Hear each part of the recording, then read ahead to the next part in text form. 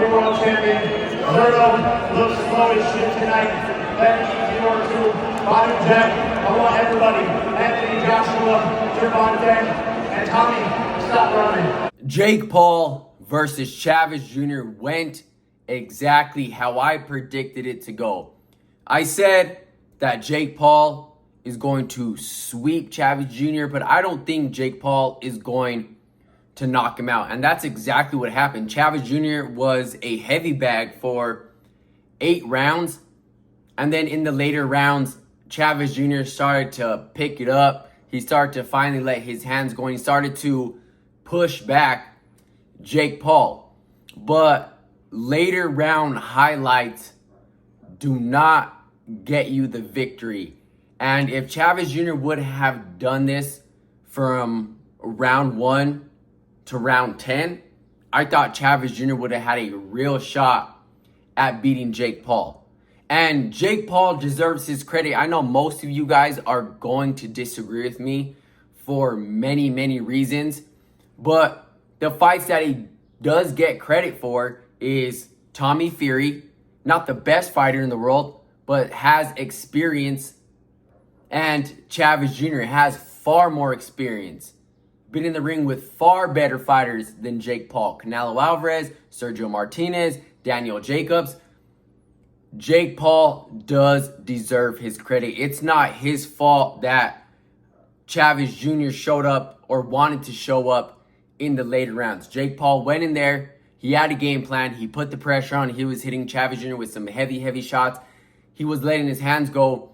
And Jake Paul wants to stay active. I'm real big on this channel on fighters staying active because he called out who he called out. And I know there's fights that he wants and he's favoring more than the others. And I know Jake Paul wants to become a world champion. And now I believe he's going to be ranked by the WBA, I believe, if he beat Chavez Jr. But I know the for sure fights he wants is Canelo Alvarez and Gervonta Tank Davis. And then he calls out Anthony Joshua too. I know AJ has been on his radar now. But the Canelo Alvarez fight, I don't think that fight is going to happen on Canelo's time. When Canelo is done with boxing, when he officially calls it, he spends some time with his family, he vacations, he enjoys his money, and he takes years off. But when Canelo is itching to get back, like Manny Pacquiao, I don't know if it's going to be an actual fight or I don't know if it's going to be a exhibition, but that's when Canelo will return to fight Jake Paul.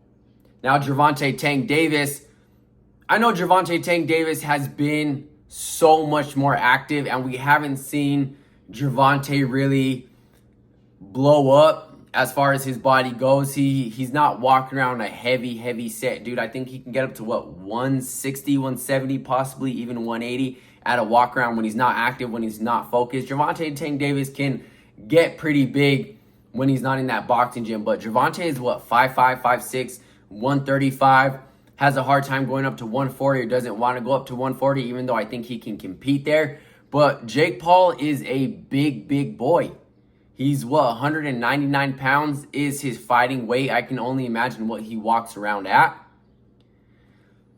I don't know if that's a good idea, even though I believe Gervonta Tank Davis will win. And obviously he has power of his own. But man, that's a huge heavy jump in weight. Like I said, Jake Paul is 6'2", something like that, 6'3". I don't know if it's the greatest idea for Tank, but I think the same thing for Canelo Alvarez. I don't think he's going to come back and fight Jake Paul, but I think once that's going to be Gervonta Tank Davis' last fight out of the boxing game to get as much money as he possibly could, and then he's going to disappear, and then he's going to start doing his own thing. Let me know what you guys think about Jake's performance. Like I said, I thought it was a hell of a performance.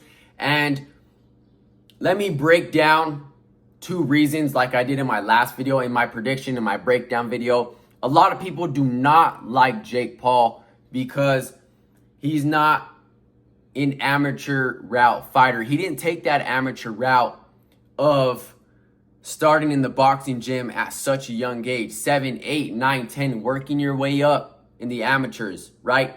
And then eventually turning pro and grinding your way through the rankings. Jake Paul came with his own fan base. He came with his own money. He came with his own audience. He could pay whoever he wants to step inside the ring with him, no matter what name. These guys in today's era who are champions, who are ranked, will take the money over fighting a mandatory, will take the money over unifying, because boxing is a business. Let's give credit when credit is due. Chavez Jr. had far more experience, the better resume, and so many more hours in that gym / boxing ring over Jake Paul. Jake Paul is just young. He's dedicated. He's motivated. Mental game, physical game is all there for him. That wasn't really there for Chavez Jr., especially when it mattered most for him. And it still wasn't there for him. A lot of those boxes and categories that Jake Paul is checking off, Chavez Jr. didn't have it today or this past weekend, and he didn't really have it then in his career. So let's give credit when credit is due, and credit to Jake Paul. Let's see where he goes from here. Let me know where you think Jake Paul goes from here, and I'll catch you guys in the next one. I'm out.